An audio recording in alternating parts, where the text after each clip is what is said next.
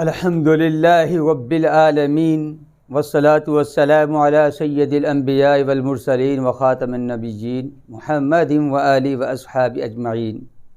یا ربی لک الحمد کما ینبغی لجلال وجہک وعظیم سلطانک۔ قرآن اور حدیث سے 25 اصول ہم بیان کر رہے تھے جس سے دنیا بھی بہتر ہو اور آخرت بھی بہتر ہو، دنیا میں سکون ہی سکون ہو۔ 7واں اصول آج ہم بیان کریں گے۔ 6 اصول ہم پہلے بیان کر چکے ہیں۔ تو سب سے زیادہ ہم یہ چاہتے ہیں کہ ہمارے گھر میں کبھی زندگی میں محتاجی نہ آئے، غریبی نہ آئے، فقر و فاقہ نہ آئے، یہ چاہتے ہیں، ہر شخص یہ چاہتا ہے۔ ایک صحابی حضرت معاذ بن جبل رضی اللہ تعالیٰ عنہ سوال کرتے ہیں آپ صلی اللہ علیہ وسلم سے، صحیح بخاری مسلم دونوں میں یہ حدیث موجود ہے، یا رسول اللہ میں چاہتا ہوں کہ میں خوشحال ہو جاؤں، اچھی زندگی گزاروں۔ تو آپ صلی اللہ علیہ وسلم فرمایا تم اپنے رشتہ داروں کے ساتھ اچھا سلوک کیا کرو۔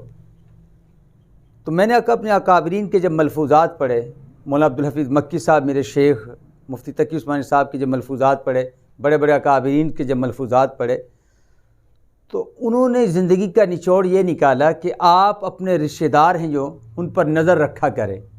اللہ پاک نے آپ کو فرصت، اللہ پاک نے آپ کو خوشحال بنایا ہے۔ اگر کوئی رشتہ دار بیمار ہو جائے تو کوشش کیا کریں کہ ہسپتال میں جا کے اس کا جتنا خرچہ ہے وہ اپنے ذمہ لے لیں، یا جتنی بھی آپ اس کی مدد کرنا چاہیں کر سکتے ہیں۔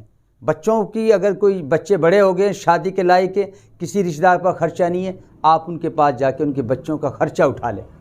کسی بچی کی تعلیم میں کوئی مسئلہ ہے تو رشتہ داروں کے ساتھ ان کی زندگی کی جو پریشانیاں ہیں آپ شیئر کرنا شروع کریں۔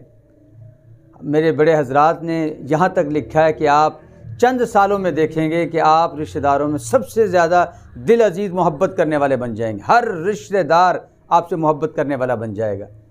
قربان جاؤں آپ صلی اللہ علیہ وسلم کی اس حدیث کے فرمایا اگر تم چاہتے ہو کبھی زندگی میں تمہارے گھر میں فکر و فاقہ نہ آئے، اپنے رشتہ داروں کے ساتھ حسن سلوک کریں۔ تو حسن سلوک کیا ہے؟ ان کی ضروریات زندگی کا خیال رکھنا۔ انشاءاللہ جب اس اصول کو زندگی کا حصہ بنائیں گے ایک بہترین انسان آپ بن جائیں گے۔ اللہ پاک ہر مسلمان کو مسلمان کا خیر خواہ بنائے، اور خاص کر آپ صلی اللہ علیہ وسلم کے بتائے ہوئے اصول کو زندگی میں شامل کرنے کی توفیق عطا فرمائے۔ الحمدللہ رب العالمین۔